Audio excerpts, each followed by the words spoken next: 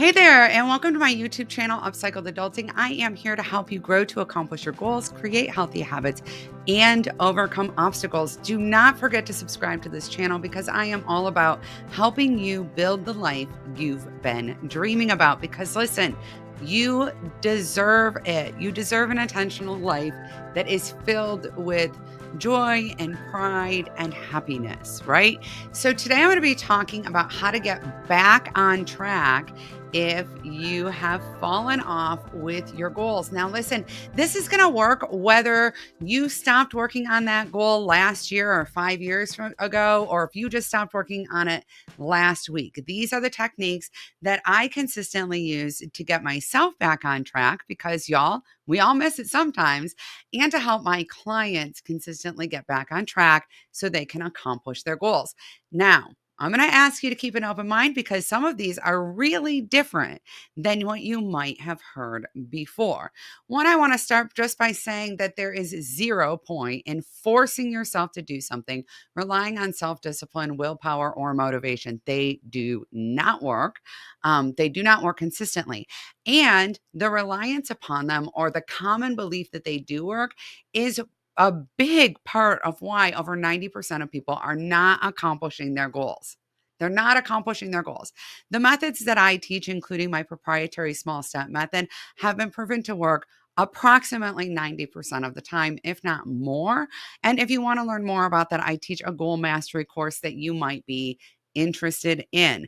But today, what I want to do is just talk to you and give you a few tips for free about how to get back on track.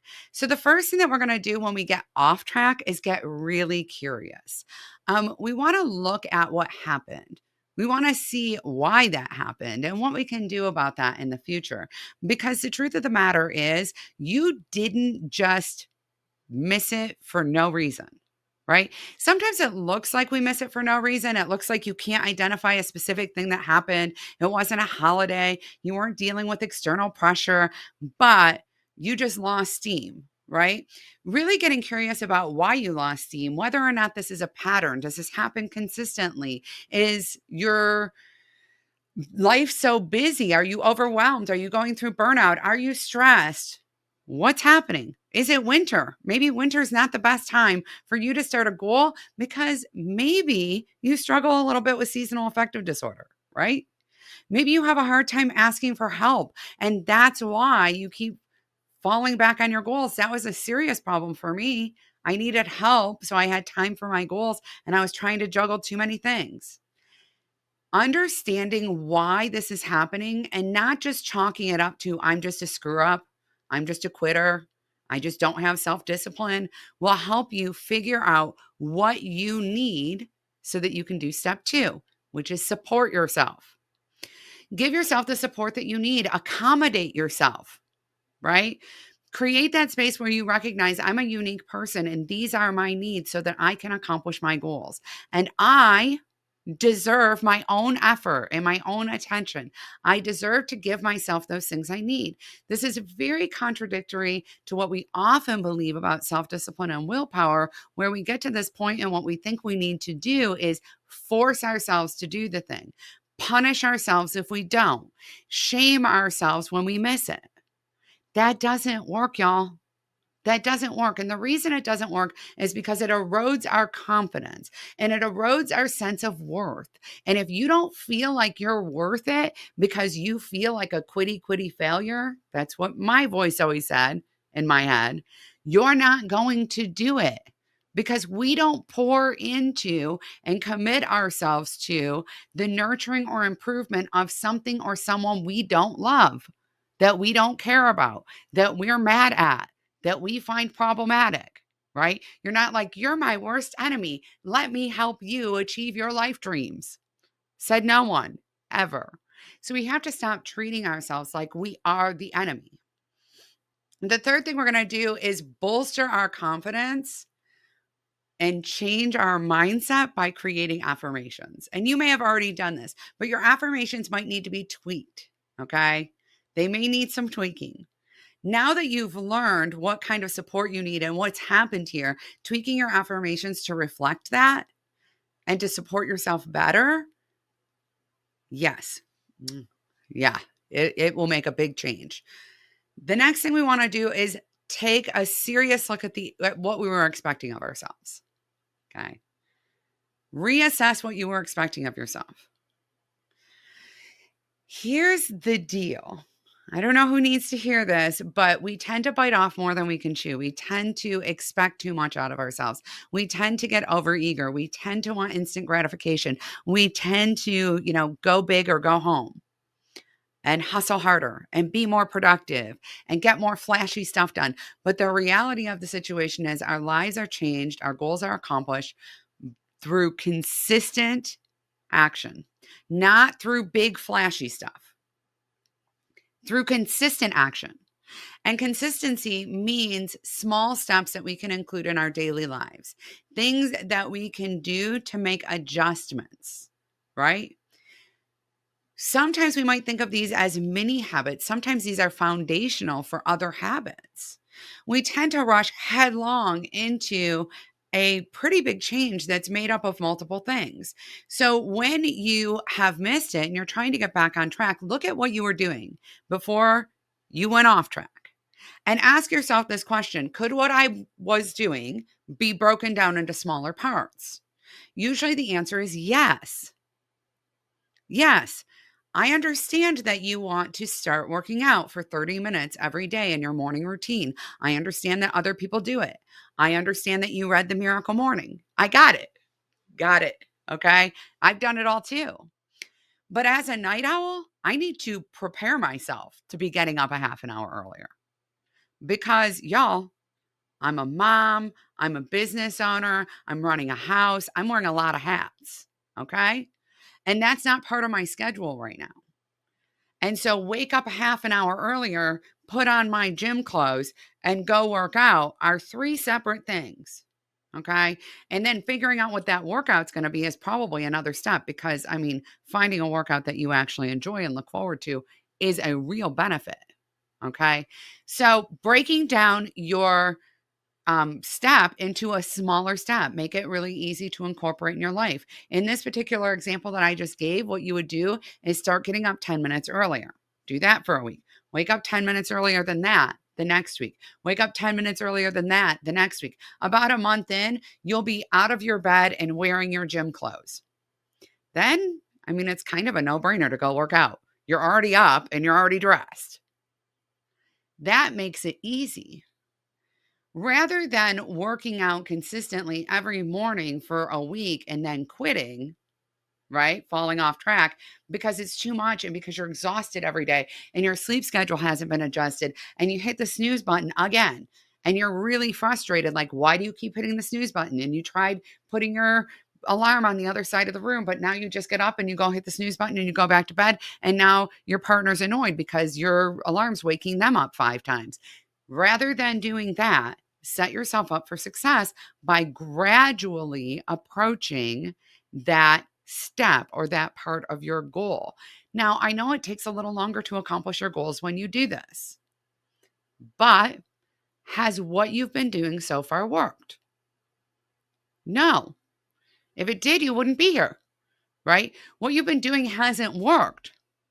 So, if this is what you do and it takes you a year to get all the pieces in place to actually be optimizing your health and losing weight and making progress, and this is easy to incorporate in your life, and now it's a consistent part of your life, right? So you're not falling off track. You're not gaining back the weight you lost and then some. You're not right? You're not struggling with this. You're not frustrated. You're not annoyed with yourself every single day or every time that this happens again. You're not setting the New Year's resolution to lose weight every year for the next 10 years, but it takes you 2 years to get where you wanted to go instead of the 6 months that you were trying to set yourself up for, because that's a real thing.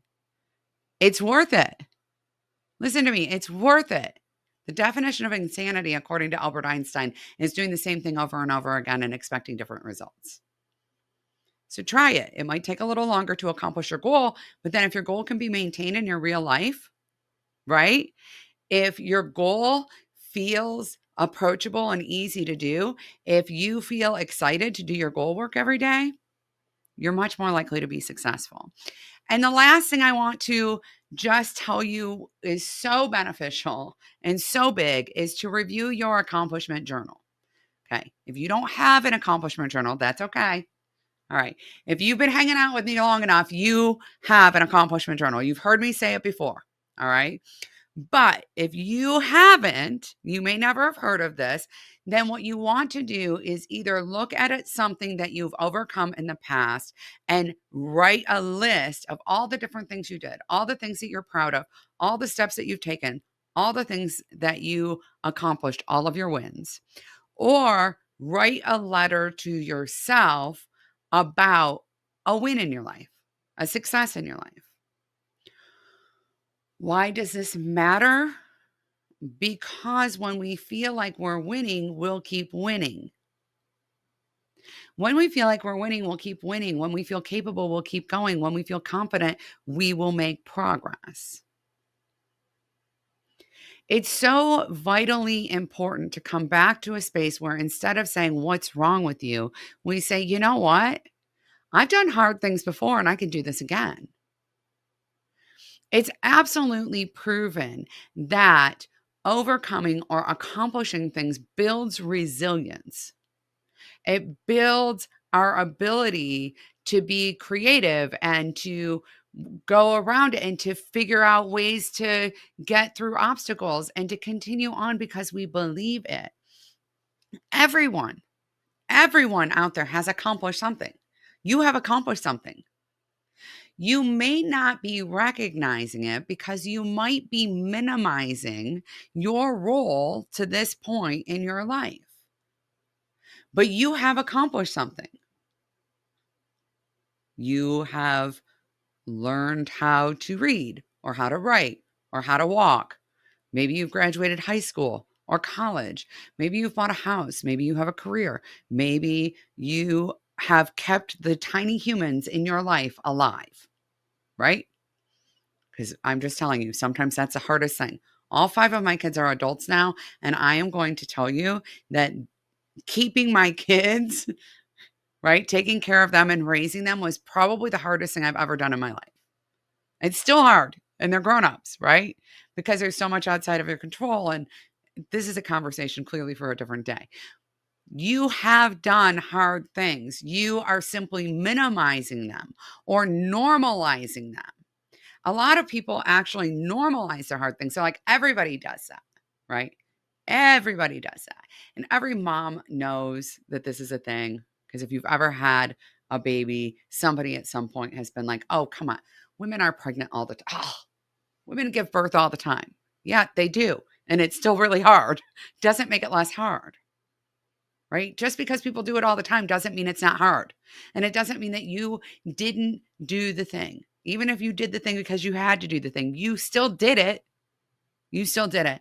And so being mindful of your wins and creating a perspective where you think to yourself, "Dang, look at me go." Listen, it makes all the difference. If you want to get back on track, get curious about how you got off track in the first place. Do not be beating yourself up or judging yourself. Get curious. Support yourself. Figure out what you need. What accommodations can be made? How can you make this easier for you? Right? Encourage yourself. Create affirmations that are supportive of you rather than slipping into that habit of beating yourself up. Make your small steps even smaller. Make them doable. Remember that this is about progress. This is about incorporating your goal into your real life. This is not flashy. This is not flash with no substance. It's all substance all the time. We're living our lives with intention and we're being kind to ourselves and realistic about what works for us. It is what it is. I could do all sorts of things. When I was 20, I did go to the gym twice a day. I had no kids. I worked at that gym. So I was already there. I would work out before I worked. I would work out after I worked. No big deal. I'm already at the gym. I'm already wearing gym clothes because I work at a gym, right? I was like, well, what's wrong with me? Why can't I do that now? I'm a busy mom with 2 businesses running out of my house. That's why I can't do it now. It matters. It matters to be realistic about where you are in your life. Make the small stuff smaller. And review your accomplishment journal, or write yourself a letter, or make a list of the things that you have accomplished and your wins. We are consistently reminding ourselves of how we messed up or we missed it, and the world is reminding us of it. And we feel like we're falling behind, and we feel like everybody else has it together. No one else has it together. That's a lie. I don't know who needs to hear that. Okay. That's what we do. And we lose sight of our own successes. Those successes are the key to building momentum, to creating a mindset that is resilient and capable, and that is on track and doing what we need to be doing to live the lives that we deserve to be living. You are absolutely amazing, and I 100% believe in you. I know that you can do this. You deserve to live the life that you have been dreaming of. You really do. You deserve it, and you are worth the time and effort and energy it takes to do that. Be patient with yourself and celebrate your progress. You deserve to be celebrated. All right. Do not forget to subscribe, and I will see you next time. Bye, everyone.